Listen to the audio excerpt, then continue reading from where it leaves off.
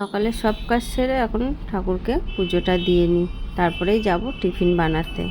আর ছেলে কালকে বলে রেখেছিল যে মা একটু পনির রোল বানিয়ে না সকালে, আর একটু লস্যি। চলো বানিয়ে নিই।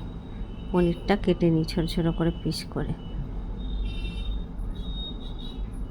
আর দেখবেন একটু সকালবেলা একটু দেখবেন এটা ওটা খেতে ইচ্ছে হয়, আর কোনো সময় আবার দেখবেন সকালবেলা মনে হয় না তো একেবারে রান্না করেই খাও।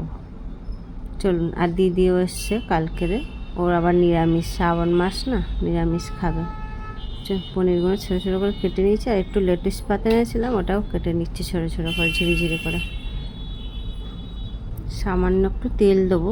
আমি যেদিবার সকালে করছি তো একটু হালকা করব, বেশি তেল মশলা দেবো না, কেননা লস্যি করছি, লস্যির সাথে বেশি রিচ খাওয়া যাবে না।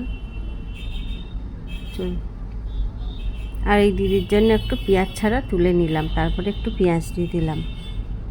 একটু পেঁয়াজ না দিলে রোলে হয় বলুন তো? তাও সস দিচ্ছি না, কারণ লস্যি আছে, সস খেলে আবার অম্বল হয়ে যেতে পারে।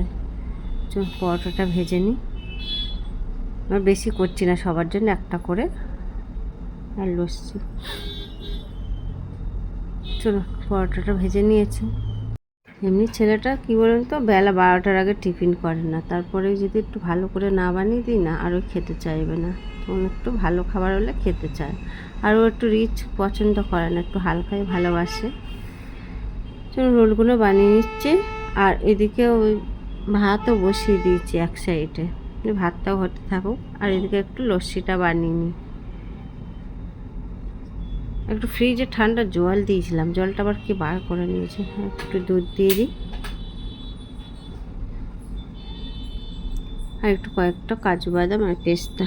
কাজু বাদামটা আর দুটো রেখেছিলাম, পুচকুটা এসে নিয়ে গেছে। যাই হোক লস্যিটা বানিয়েছি, আর আমাদের পুচকুটা ঠান্ডা লাগে বলে একটু ঠান্ডা ছাড়াই দেবো, কারণ ওর ঠান্ডা লেগে যায় ভীষণ।